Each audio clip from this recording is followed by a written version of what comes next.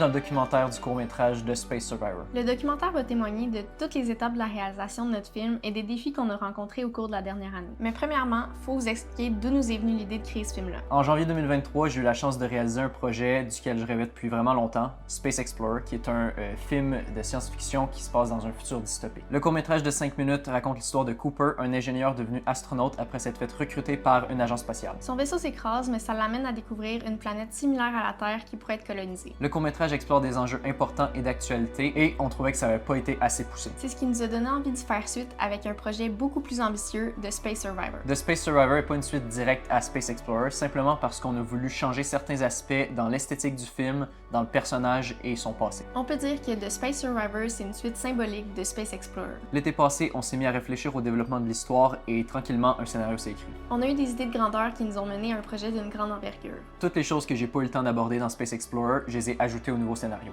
On a mis nos apprentissages en pratique et on s'est lancé dans la création de tout un dossier qui allait nous permettre de faire des demandes de financement et de commandites.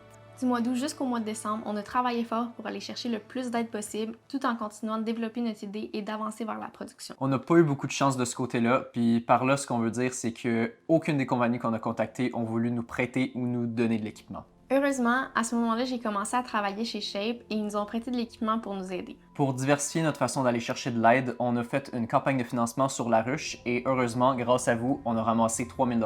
Cet argent-là nous a permis d'acheter l'équipement qui nous manquait en plus de payer toutes les choses reliées à la production du film comme les décors, les costumes, la bouffe, les déplacements, etc. En parallèle, on a fait des auditions pour trouver notre personnage secondaire, Amy. Après avoir fait un casting call, on a passé 5 personnes en audition pour finalement choisir Mariam Khan. Une autre partie importante de la pré-production, c'était le repérage. Ça nous prenait un grand champ entouré de forêts. En plus de ça, il fallait que cet endroit-là soit facilement accessible en voiture pour emmener tout notre équipement. Après beaucoup de recherches, on a finalement visité un lieu, mais malheureusement, après la visite, la propriétaire nous a informé qu'elle voulait 3000 $ pour nos 10 jours de tournage. Ayant vraiment pas le budget pour ça, on a continué nos recherches. Heureusement, on a trouvé un champ qui était parfait sur Google Maps et ça a donné que c'était chez une amie du primaire de Léa. Je l'ai contactée et elle et sa famille ont été super accommodants pour nous donner accès au lieu de tournage à tous les jours qu'on avait besoin. En parallèle à tout ça, il fallait commencer les costumes et les décors, donc en début octobre, on s'est mis à la tâche. Étant un film de science-fiction, il y avait beaucoup de costumes et d'accessoires à construire, dont 2 soutes d'astronautes, un casque et un vaisseau spatial, en plus d'un abri pour Cooper. On a fait plusieurs films pour lesquels il fallait construire vraiment beaucoup de choses. Mais honnêtement, pour The Space Survivor, la quantité de choses à construire était même pas comparable. On a préparé notre lieu de tournage dans la boîte du mois de novembre.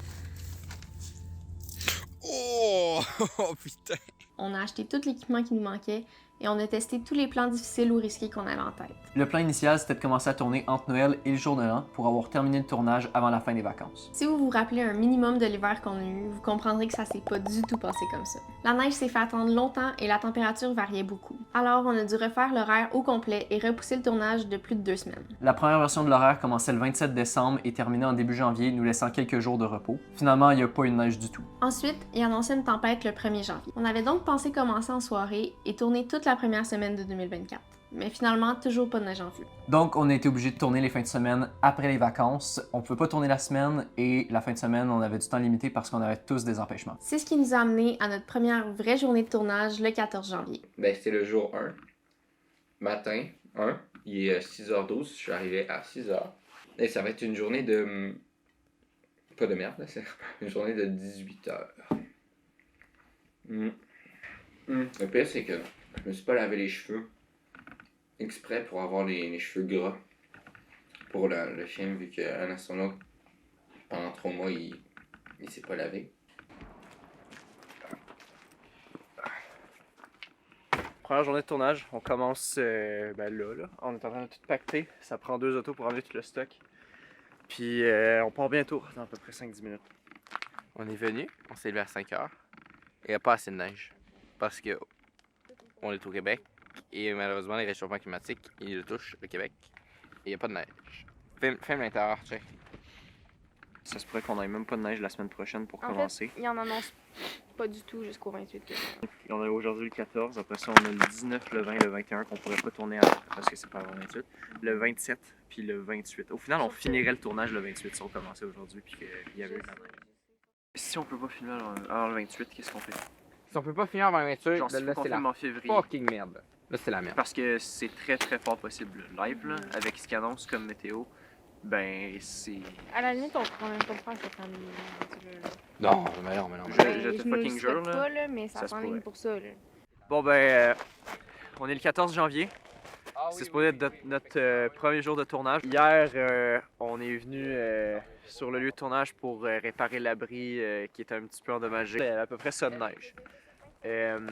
L'affaire, c'est qu'hier, il annonçait une tempête de neige qui finalement, il a fait au-dessus de zéro, fait que c'était de la pluie tout le long. L'année passée, quand on a tourné Space Explorer, on a commencé dès qu'il y a eu de la neige, puis dès qu'on a arrêté, la neige, elle a fondu pendant à peu près une semaine. Fait qu'on a eu une chance incroyable. 3 jours. On a souffert comme le tabarnak, c'était de la merde. Ben, de la merde, ça, je veux dire, ça a des bons souvenirs, là. On a fait quelque chose de bien. Mais genre là, à ce moment-là, on a poussé notre lock, mais on était correct. On a eu de la chance. Puis là cette année, on fait quelque chose de genre 3 fois plus ambitieux, ok? Dans les mêmes conditions, puis là, on n'a plus de chance. Tu sais, la première journée. Elle est juste pas arrivée encore. Bro, la chance, on la cherche depuis tellement longtemps, là. Quand tu fais des films, là, ton pire ennemi, c'est les variables. Puis là, on en a juste trop. Juste le climat à l'extérieur, le fait qu'on n'a pas de neige, le vent extrême qui détruit l'abri. Même s'il neigeait, là, on contrôle pas quand est-ce qu'il neige, puis la quantité, peut-être que, genre, on veut tourner une journée, il annonce un peu de neige, sinon il y a une fucking tempête. Tu peux pas oublier la chance, juste travailler fort pis réussir. Ça prend de la chance. C'est tellement difficile pour le moral que de se dire que je vais y aller à 100%, qu'on va aller à 100%, puis qu'on va se donner, puis que même si on gèle, on continue, puis tout, c'est vraiment difficile. Ça, c'était la cerise sur le Sunday, mais il n'y avait rien d'autre à faire qu'attendre. C'est là que ça a commencé à être vraiment difficile parce qu'on avait déjà rencontré tellement de difficultés qu'on avait le moral à zéro. On a même pensé à repousser le projet à l'année prochaine. Tout le monde s'est déplacé pour rien parce qu'il n'y avait pas de neige. On a frappé un mur. Mais avec autant de temps, d'énergie et d'argent déjà investis dans le projet, on pouvait pas abandonner. On s'est relevé pour commencer la production pour vrai, cette fois-ci, le 19 janvier. Fait que c'est quoi qu'on fait, Paul? Ben, on fait dur. Non, pour vrai, qu'est-ce qu'on fait? On tourne. Là, on a fait 2 plans. Et on est rendu au 3e. Et là, c'est un plan très couillu de Tristan. C'est en gros, genre, il est par terre. Et puis, il est avec sa caméra. Puis moi, je saute par-dessus et il fait ça. Et donc, il y a un gros risque qu'avec ses méga gigabots, je le kick dans la face ou encore pire, dans sa caméra. 2, 1, action.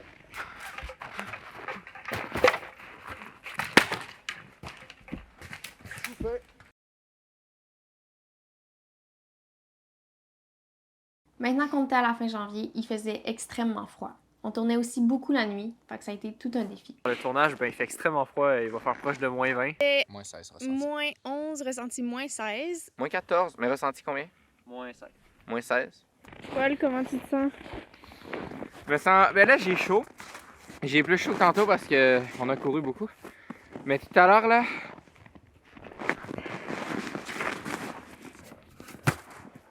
Moins 11, ressenti moins 16. Ouais, puis je sais pas, j'ai l'impression qu'il fait plus froid, j'ai tellement fret. Là, j'ai mis en plus du chaud dans mes gants, j'ai mis des hot shots, j'ai rien, ça fait rien, ça fait rien.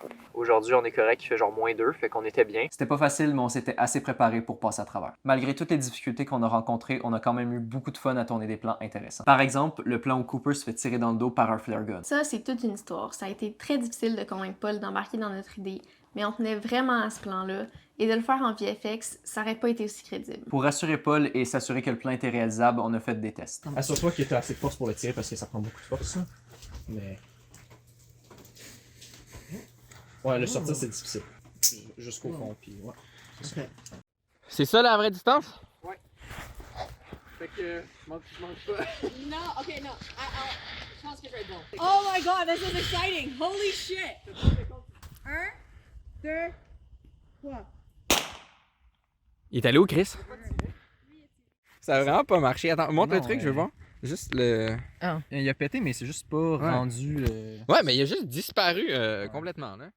Bon, c'est deuxième essai. 1, 2, 3.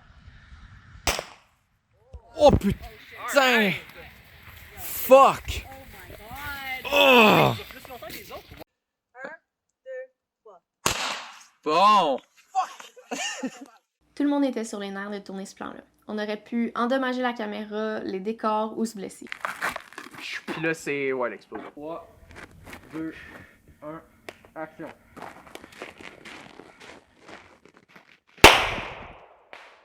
Action.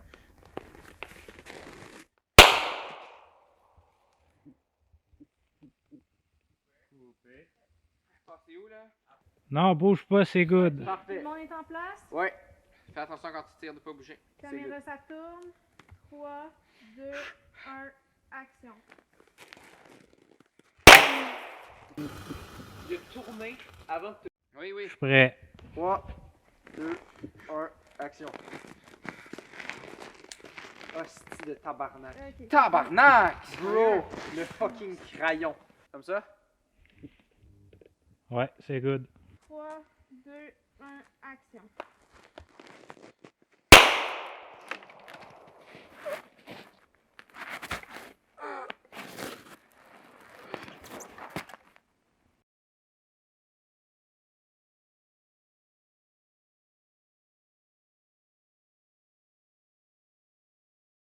Il irait juste avoir les takes, puis s'ils sont bonnes, on en fait pas d'autres.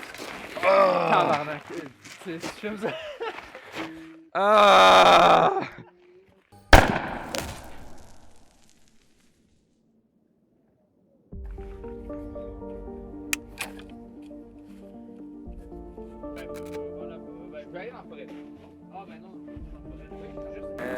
Le premier bruit est là-bas. Ouais, le premier bruit. Mais c'est encore Amy. C'est ça. Là, après ça, tu l'entends là. Là, j'entends Là, tu là. te lèves. Après ça, tu t'en vas.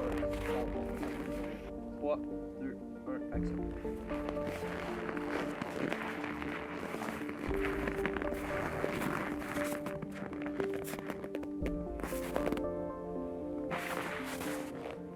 Coupé. Why are you laughing? They won't send anyone. Or maybe I'm the only one who can make sense of all of this. You don't know shit about. Charge or warm battery. The fuck. Peux-tu changer la batterie s'il te plaît? Ok, t'es prêt? Oui. Avance un peu. Encore.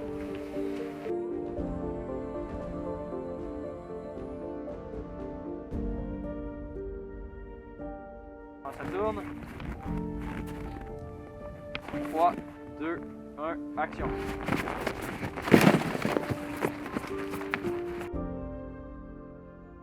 Il faut que les trucs, que tu les fasses dans une suite qui serait logique. Prends ton temps pour déposer ça. En ce moment, on fait sûrement le plan le plus facile du film parce que ben, j'ai rien à faire. C'est un time-lapse du coucher du soleil pendant que Cooper travaille sur son système de communication, qui s'installe un feu, des trucs comme ça, il vit son quotidien. Fait qu'on a la caméra, tu peux l'approcher. La caméra setup sur un mini trépied qui prend une photo ou une frame par 3 secondes. Puis au final, ça va nous donner un time-lapse qui prend environ 30, 35, 40 minutes à capturer, puis qui va nous donner entre 20 et 30 secondes de footage utilisable à la fin.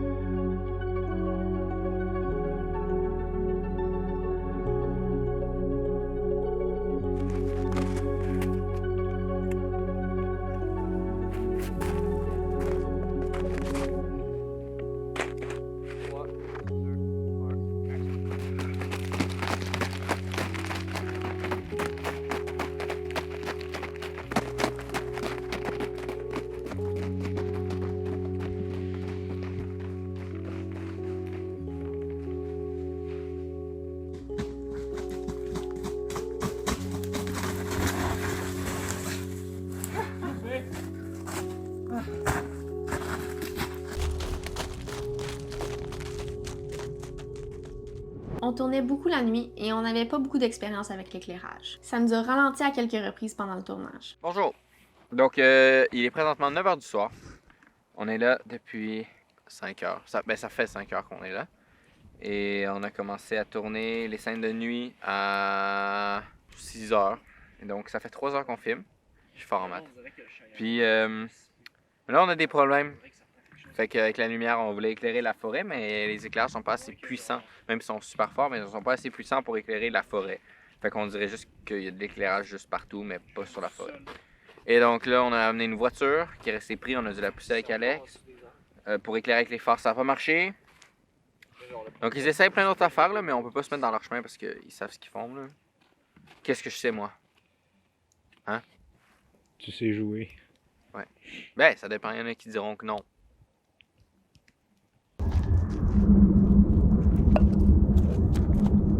Il fallait qu'on emmène des lumières puissantes au milieu d'un champ et il fallait qu'on les alimente par batterie, donc ça faisait vraiment beaucoup de stock à traîner. Et à cause des dates de tournage qui ont été déplacées, les gens qui étaient supposés venir nous aider avec cet équipement-là pouvaient pas, donc on a tout fait ça nous-mêmes. Cette lumière-là. Ici.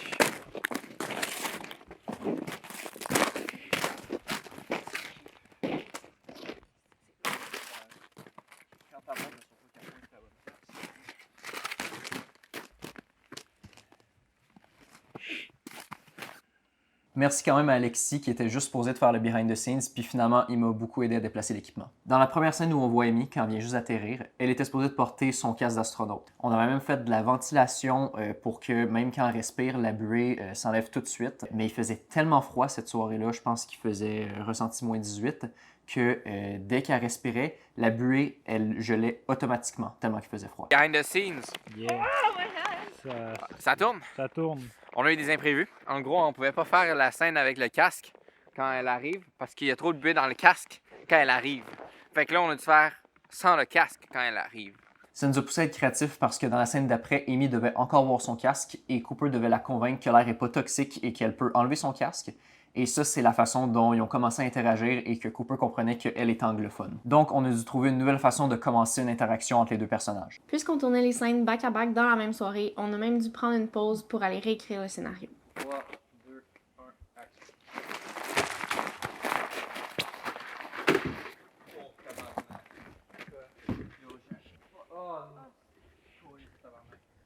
C'est pour ça que c'est bien d'avoir du duct tape. Je suis un acteur dévoué. Et vu qu'il n'y a pas assez de neige, je fais quelque chose qui sert à rien, mais qui est quand même bien pour le mental. J'apporte plus de neige d'un endroit loin. Faut genre cacher ça. Ah, on en est là.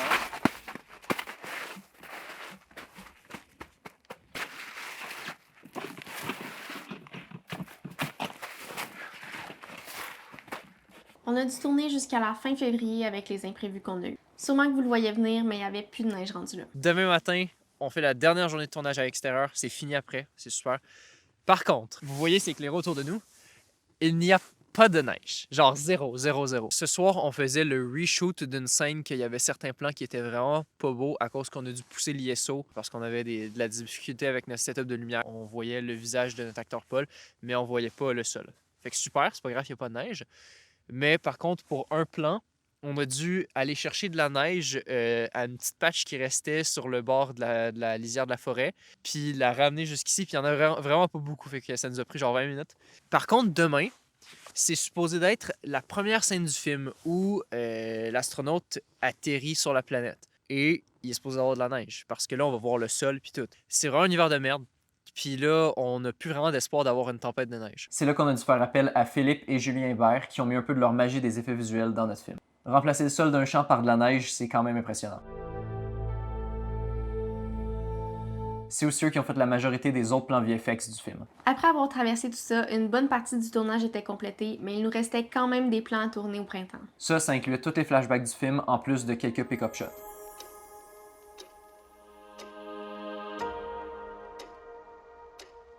En parallèle, on s'est lancé dans le montage du film. Et avec l'aide de Philippe et Julien, on a travaillé sur les effets visuels. On a aussi créé la trame sonore du film avec Marc Rougeau. Puis par on veut dire qu'on lui a juste dit qu'est-ce qu'on voulait, puis il a fait tout le travail. Finalement, on a fait appel à Sarah Rougeau pour créer des magnifiques posters pour notre film. On a mis énormément de temps dans la pré-production, production et post-production du film. Collectivement, on a probablement travaillé environ 2500 heures sur le film. Juste la post-production représente au moins 600 heures. Pour vrai, faire de Space Survivor, ça doit être de loin, mais il n'y a même pas de comparaison, la chose la plus difficile que j'ai faite de ma vie. Je sais pas pour toi, là. Ouais. Ouais. Un mot. Oui. Fatigué. Parfait, go, on y va. Ça a été difficile, puis ça continue à l'être, mais on lâche pas. pouvez le voir qu'on est vraiment tanné puis fatigué. Fait que ça va nous faire du bien enfin d'avoir fini ce long tournage difficile parce que vraiment il y a rien qui était avec nous, la chance n'était pas avec nous, les conditions, il y a rien qui fonctionnait pour ce tournage-là. Puis on a quand même passé à travers, fait qu'il faut être fiers de nous, faut être fiers de nos acteurs puis de toutes les personnes qui nous ont aidés puis qui vont continuer à nous aider. Après tous les efforts qu'on y a mis, on est extrêmement fiers du résultat. On espère que ça vous plaît et que vous avez apprécié de voir l'envers du décor de la production. Merci à tous ceux qui nous ont supportés pendant ce long projet, c'était toute une aventure.